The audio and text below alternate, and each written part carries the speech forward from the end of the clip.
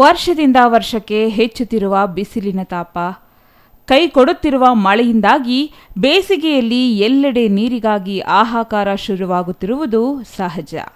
ಅದು ಪ್ರಾಣಿ ಪಕ್ಷಿಗಳಿಗೆ ತಪ್ಪಿದ್ದಲ್ಲ. ಇದರಿಂದ ಮೂಕ ಪ್ರಾಣಿಗಳ ವೇದನೆ ನಿಜಕ್ಕೂ ಶೋಷನೀಯವಾಗಿದೆ.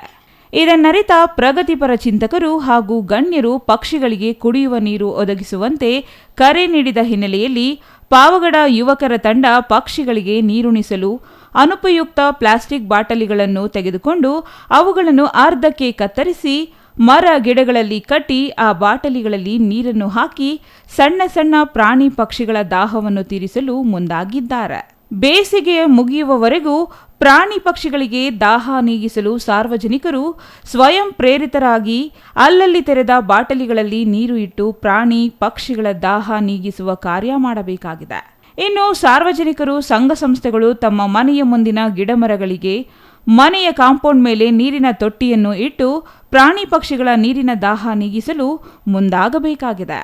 Pavagada Kondappa, CTV news.